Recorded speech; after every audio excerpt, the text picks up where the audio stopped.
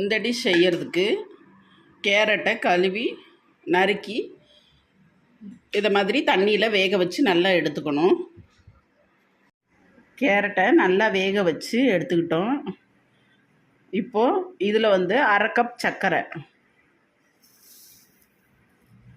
அப்புறம் 3 table spoon cornflour மாவு சேர்த்துக்கலாம். இதில் கொஞ்சோண்டு ஃபுட் கலர் சேர்த்துக்கலாம். இதில் நம்ம வேக வச்ச தண்ணியவே இதில் சேர்த்துக்கலாம். சேர்த்து இப்போது அரைச்சி எடுத்துக்கலாம். இந்த மாதிரி நல்ல ஃபைன் பேஸ்ட்டாக அரைச்சி எடுத்துக்கணும். இப்போ ஒரு கடாய் அடுப்பில் வச்சு இதை அதில் ஊற்றிக்கலாம். இப்போது இதை அடுப்பில் வச்சு நல்லா கிண்டி எடுத்துக்கலாம். நம்ம கார்ன்ஃப்ளவர் மாவு போட்டிருக்கிறதுனால இதை நல்லா கொஞ்சம் கெட்டி பதம் வர்ற வரைக்கும் கிண்டிக்கணும். சீக்கிரமாக கெட்டியாயிரும். இந்த மாதிரி கொஞ்சம் கெட்டியாக வர்ற வரைக்கும் கிண்டி இறக்கணும். கொஞ்சம் ஹை ஃப்ளேமு கொஞ்சம் லோ ஃப்ளேம்னு மாற்றி மாற்றி வச்சு கிண்டிக்கங்க. இப்போ இதில் நம்ம ஒரு 2 டீஸ்பூன் நெய் விட்டுக்கலாம்.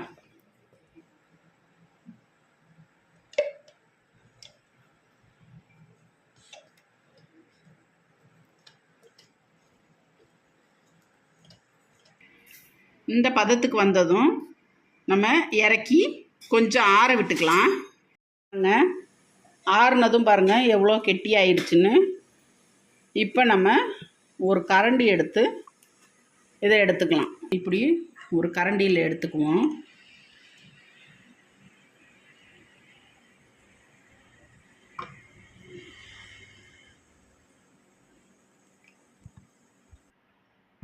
இந்த மாதிரி எடுத்துக்கணும். இப்போ இதை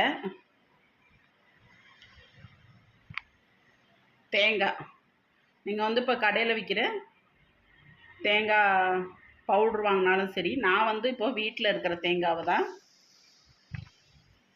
வறுத்து பொடி பண்ணி வச்சுருக்கிறேன்.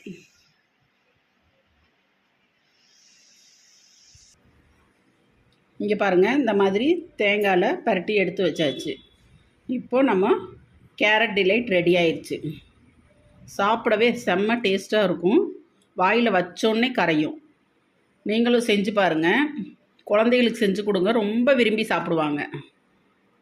இந்த ரெசிபி உங்களுக்கு பிடிச்சிருந்துச்சுன்னா லைக் பண்ணுங்கள், ஷேர் பண்ணுங்கள், சப்ஸ்கிரைப் பண்ணுங்கள். Bye friends.